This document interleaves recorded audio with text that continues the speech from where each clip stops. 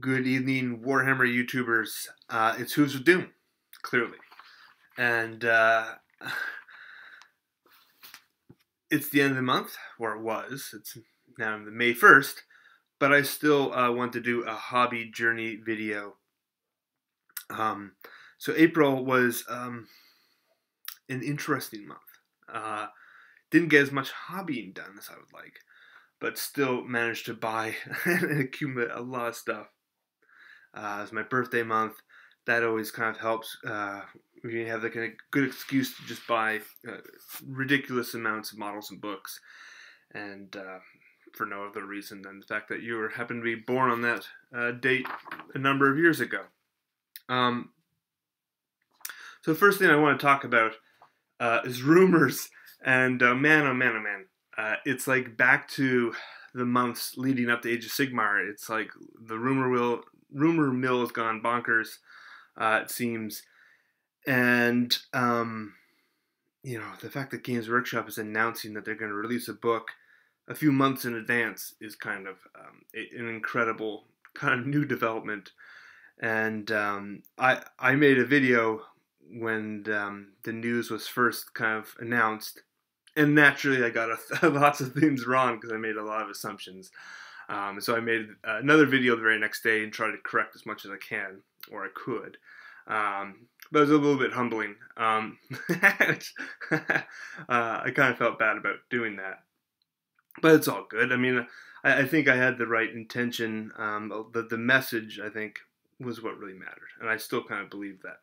No matter if points do come back, I really want all three of the ways to play to be supported for those that really want to play them. So there is a lot of excitement coming up. It's kind of a very interesting time again. Everyone's looking towards the summer. Now, the bad thing about when you announce things well in advance is that there's a tendency for people to stop playing. I've already heard from about 3 or 4 different people that are basically saying, I'm not going to play until the new rules come out, which is a little bit disappointing, I guess. But it's also kind of to some extent, it's very understandable given the fact that the way that we're probably going to be playing during the summer could be dramatically different than the games we're playing now. So all of this, of course, comes from the General's Handbook with 3 ways to play. And I just want to just mention that there have been a number of Topic of the Week videos, but Games Workshop, at least when it comes to Age of Sigmar, is making all the right moves now. I mean, quite honestly, the game's been out almost a year, and these last, let's say, 6 months or so, I mean, leading up to Age of Sigmar, really not a lot of information. Certainly kind of gave the wrong impression to a lot of different people, to a lot of different gamers. But ever since the launch, there have been just so many steps of Games Workshop making the right move. From bringing back specialist games to more communication on their YouTube to more interaction on Facebook and social media to doing discounts off of their start collecting boxes, which are incredible discounts. And then, things like this, more interaction, going to the tournaments and covering them, interacting with the tournament organizers to produce this book, and then, making this type of book and producing it. I mean, people say, to some extent, the way that GW was over the last several years, people have a kind of a right to look at them and say, well, they should have been doing things differently. But in many respects, what they're doing now is far better than what they've ever done. I mean, even back during, say, the campaign for Armageddon or the Eye of Terror, something where they're a little bit more interactive with the community, they still, I don't think, were quite at this level as they are today, which is incredible, an incredible turnaround in just, about half a year or less. So I hope that some of that, I don't think 40K's got quite the same amount of attention, clearly. Age of Sigmar has been supported to a phenomenal degree. I mean, it makes sense. They've got to, make sure this game is out there and able to work on its own, and make sure it has enough product to make people realize that GW is going to support it. But I mean, it's just incredible the amount of releases they've done. So I do hope that 40K gets a little bit more attention in the coming over the next number of months, and that they have the same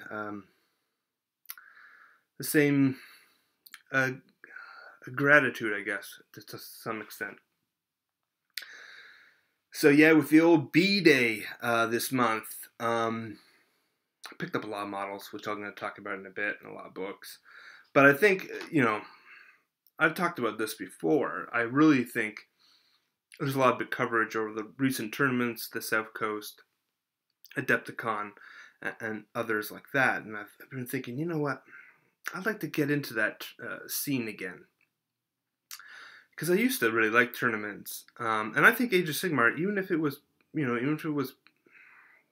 balance of points, I still think it would be just a really fun, has a lot more random elements to it.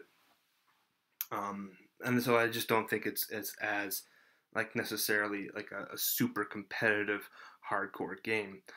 So I still think I would enjoy it even if it was a tournament type environment. And so I think, rather than buying models next year, I should really just plan on like going to Adepticon, because it's around the same time as my birthday. It's kind of easy to kind of do. Games Workshop might even bring back some games days as well. The other thing is, I got an invite, I guess, this morning from Tyler Emerson to go to the Holy Havoc, because at the time he didn't have a partner, and then like an hour later he gave me a message and said that he did have a partner after all. But he said, yeah, maybe you should go. And I was thinking about going to Holy Havoc for a while, but I just never kind of moved on it. And so this morning I was like, you know what? Maybe I should go to this, because, the spots are filling up, and I think they've all been filled up by now. So I went and talked to my wife, and she's a little bit antisocial. The idea of a big crowd of people, she's not too keen about. But I actually convinced her to go. So, and we registered in time. So Mr. and Mrs. Hooves will be going to Holy Havoc in, I guess it's November, like 4th and 6th. So all day long I've been thinking about what to do, what to bring, what to work on between now and November, and how to make it easy, I guess, on her to some extent as well. She wants to know the army very, very well, so that there's no, she's not overwhelmed by the amount of rules. And I think that might be somewhat of an issue with the Holy Havoc structure, because it's basically like a 2-on-2, so each army is really, really big. That's what it seems to me when I look at the army design rule. Maybe we play really small games here at home. But I'm really curious about what the structure is going to be, because right now it's basically what it was at Holy Havoc, or rather Holy Wars. And that was basically a very open structure, right? You just take X amount of war scrolls. It's more scenario based. And I don't think that's going to necessarily change, but I think with the General's Handbook, maybe they're going to change that around. So I'll be curious to see if I get if there's an update on the structure, because right now I'd probably just focus on maybe half a dozen different types of units and just kind of go with lots of those, just to kind of make it easier both on me and her.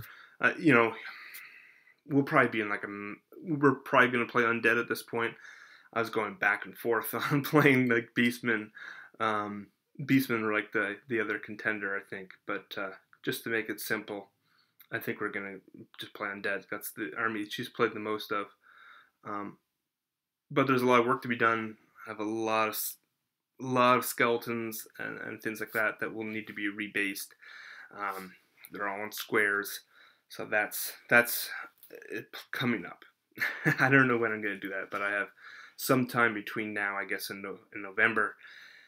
And I'll probably buy some few goodies. Again, depends on how the structure or lack thereof kind of works.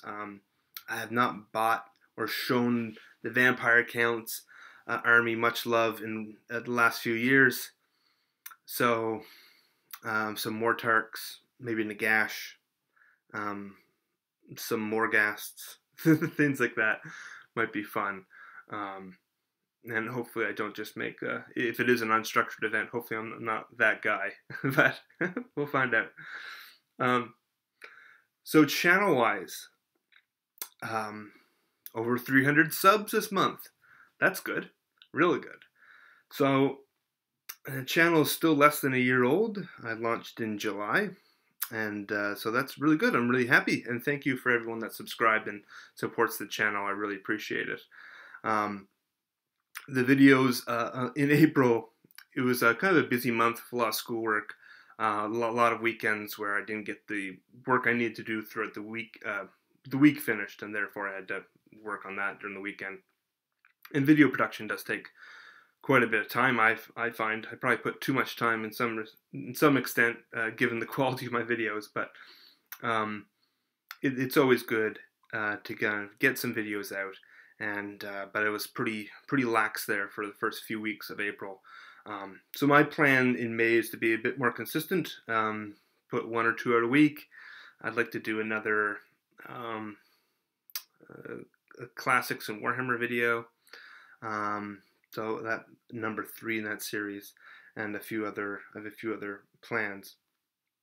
Now, before I put this video out, I'm probably going to do a channel update, and that relates to a potential move in the next couple months, which might change up some of my hobbying. It might change some of the content on the channel, but I don't think it will be too noticeable. I have three battle reports planned out that are in the works, but battle reports are probably going to be the first thing that kind of gets rolled back a bit. Not that I produce an enormous amount of them, just because, you know, when you're moving, you don't have access to a table, and it's not like we're going an hour down the road. We're going cross country, so it would be a completely new area. The good thing is that there might be a couple Games Workshop stores within commuting distance, and then a host of other independent retailers as well. So new stuff added to my collection in April. Again, I don't really want to go through everything because it's a ridiculous amount of stuff, and like I said, I spent a ludicrous amount of money. So we bought a bunch of the Realmgate Wars books and the battle tomes for the alliances. Just really good reference material to have, and I really recommend those Realmgate books. They're interesting in terms of like the ongoing story, and it's now that I'm really starting to get a good idea of the new lore and fluff of Age of Sigmar, I think it's really cool. For Black Library purposes, I picked up the next book, The Last Wall. This is the Beast that Rises series. So this is book 4 in the series. And when I first started this series, I got it. I've been buying them pre-order off Amazon for like $11 or something. And at the time I was thinking, it's just going to be 3 or 4 books. That's fine. But apparently there's like 11 or 12 like already in the pipeline. So I guess I'll be buying that series for a while. But that's fine. They're beautiful looking books. Hopefully when I get a new hobby room in 3 or 4 months, I'll actually have bookshelves that can actually put like actual books on. These models are a bit lighter, but I actually need some heavy duty bookshelves for rule books and things like that. Let's see here. I got like Overkill, Imperial Knights Renegade. Those are all shipped to Colorado. I'm not even going to see those for a few months, but I got them. And then for the actual birthday, my wife decided, hey, I'm going to do an order for you. It's like, okay, I'll take it.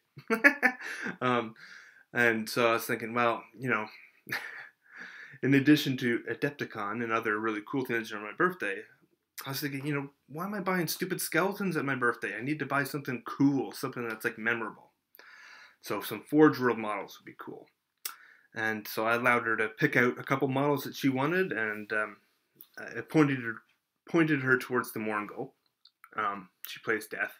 I knew that she would like that one, and man, I love that model. It's one of those weird ones because it's been out for a number of years, but I don't think I never saw anyone play it in 8th or anything like that. But now because of the new rules and it's like the new rave, I think everyone's buying one. I know MC1 bought one. I was one of the people that made a comment on my video was like, I just bought one. It's like, yeah, sweet. I just bought one too. They're really good. And as a model, they're incredible. Most of the Vampire Count stuff I would not say is particularly spooky or scary. Clearly, if I was, in the Warhammer world, I would be terrified. But the Moringal model is really, really, really freaky. It's like one of the few models that they've ever produced where I'm like, that's like legitimately a freaky model. Vince probably thinks that with every single Nurgle model, I guess. So those are all coming, and good, because I might use one of those, or maybe might have to order another for Holy Havoc. We'll see. But Games Workshop is doing their Dream Army competition now in the US. So if you pay the $85, email the White Dwarf team with a little 500-word essay, you could potentially win. There's like 3 different prizes, and 3 is like a hobby set, a bunch of paints or something. The second one is like a start collecting box, and then the first prize is $3,200 worth of product, right? It's a little bit of a scale there, but I'm thinking I'm probably gonna enter. It's too tempting not to. And I'm thinking now, I'm sure I can write some brilliant 500-word essay that just knocks their socks off. From the perspective of an orc or something. It's got to stand out, right? Like, you can't just write, I really want to have 10 boxes of this because that would be cool. I think you really got to get in the persona. Really got to stand out amongst the crowd. I have a couple ideas. Will probably all be terrible, but I might try to do it. But we'll see what I'm going to get. I don't need stuff. Keep buying stuff. What I'll probably do is just buy bases, as lame as that is. And maybe some technical paints or something like that. Modeling supplies. But maybe I'll buy one of the Morghast's kit in the Start Collecting Skeleton Horde or something. But who knows? It's ridiculous. So much stuff. All right. First world problems. So models painted as a hobby for the month. It was a little bit rough. In the first week, I pushed out the Sisters of the Thorn and the Waste Rider, or the Glade Lord as it used to be called. That was for the budget of Sigmar. Finished that army. I think it looks really nice. And I immediately started working on the Ushabti. And it's now been like 3 weeks, and I'm still working on the Ushabti. There's been a lot of days where I haven't had really any time to paint, or I just didn't really want to. I remember Vince was saying that the Ushabti were really annoying to paint. And I totally get that. I thought they would be like a only half a dozen models. It's gonna be a joke. But it hasn't happened. There's a lot, they're mostly finished. All the base coats are on, stuff like that. There's just a lot of kind of little detail work that I want to do to kind of get to the point where they're finished. I still have to do High Queen Kalita. So the Imperial Guard project gets pushed back a little bit more, and I'll be working on these. I'd like to get them done soon, maybe in the first week of May. but we will see, I guess. They're also the first real models of Finecast that I've really painted. I was somewhat involved with the hobby. I was still keeping up to date with White Dwarfs and buying the odd thing here and there, but I pretty much skipped the whole Finecast revolution, I guess, which is probably good because almost everyone hated Finecast, and so I have very few Finecast models, and most of the ones I do have I got like secondhand. These are the first Finecast models I've actually bought. And yeah, they're not that good. They have lots of like little imperfections all over them, but they're undead. Get them done. Get them done. Get them done. That's what I need to do, and move on. Because my wife just keeps bugging me to work on terrain at this point, that cursed terrain needs to get done.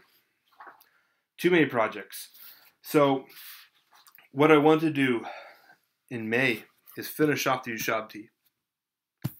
Get High Queen Khalida finished. The Tomb King army, as it is right now, put aside and finished, and move on to Imperial Guard, as was my original plan.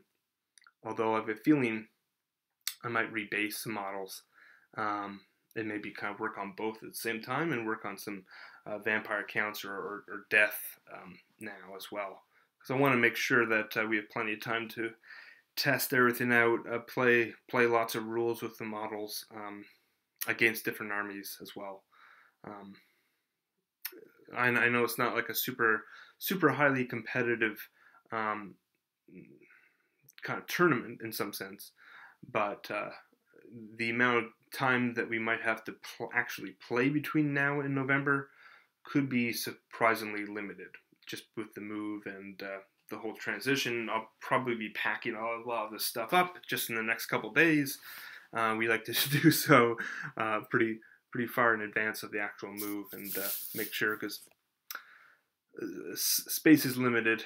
This stuff gets the premium. This is like the one thing in the house that we're always going to be taking no matter what we do.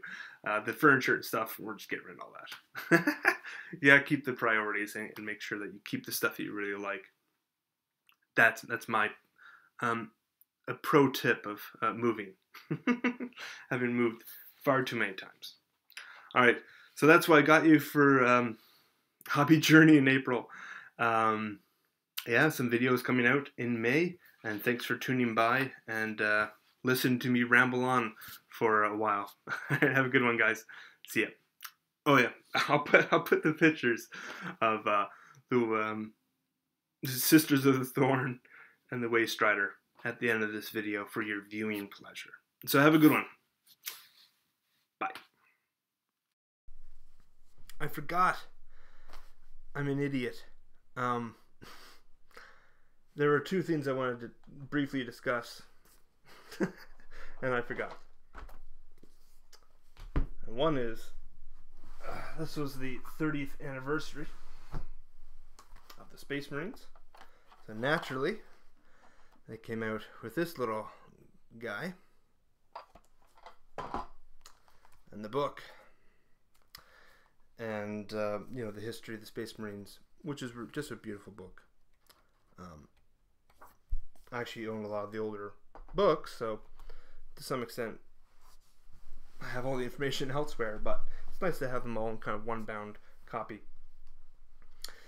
And one of the things that did reduce the amount of hobby time, I guess, this month was we've been hiking quite a bit, trying to get out every weekend and hike most of the day up in the mountains here, mountains as they are, I guess, in New Hampshire.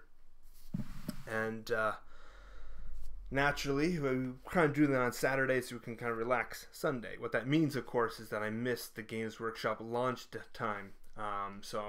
But I guess I'd rather be outdoors and active rather than sitting at the computer at noon o'clock, you know, hitting refresh on the screen. So you kind of get that order right in. No, it's a good thing. As part of the Diet of Sigmar, this whole year is supposed to be trying to lose some weight as part of my goals. As I said in the year of the hoof video, I think I'm like the only one left in the Diet of Sigmar, but we'll see. We'll see if Paul Conti and Doom and Darkness are still into it.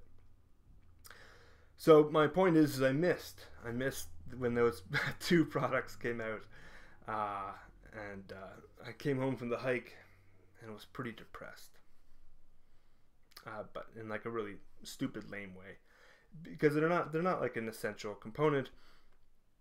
But I do have the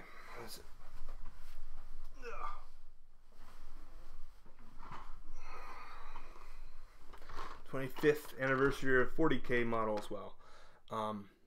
And so I wanted to get this guy because they're both Crimson Fists. Or at least, you know, the paint job is you can paint it any way you want. But the idea in my mind is that it was kind of the little collectible boxes are kind of nice. And I knew I would, you know, if I didn't buy it now, it'd be on my wish list for years to come. So, I'm one of those idiots that had to buy it off the secondary market for a markup. But it's all good. I realized after I bought it that maybe the book isn't limited edition. I was like, I shouldn't have bought that as a markup. But you can download it from Black Library, but so far they haven't put out it again. But we shall see. So, in a fit of collecting rage, soon after, I also decided to do this guy. I don't know if any of you know this package. This is the 25th anniversary model for Warhammer Fantasy Battle. And again, that was in the same sense as I was like, oh man, if I don't buy the new Space Marine, I'm going to have that as like my wish list for years to come. In the same way that this one was. And so I thought, wow, I might as well pick that one up too while I'm in this collecting madness. So I did, and that's Harry the Hammerer. I did a video on special characters in which I pointed him out. He's like listed just as like a regular guy in this, you know, Warriors of Chaos book. He's a fantasy model, just a Chaos Warrior. At the time, this is a poster for the 25th anniversary. This is Harry the Hammerer, and on the back's all the different editions. But yeah, so you can see this is the first edition of Fantasy, and that's Harry the Hammerer on there as well. This is the new concept art for him, and then the new model. And it comes on like a little a diorama. It's like a kind of like a little outcrop of terrain that he's kind of standing on. I don't really know how to describe it. I've actually never seen the model in person, just through pictures. But yeah, 2 more little collectible things added to the collection. So I just wanted to ad hoc, I guess, add that on there at the very end in a very disorganized and a dismembered fashion. So there you go. Now to the painted images of the models. Again, thanks for tuning in, guys. Bye.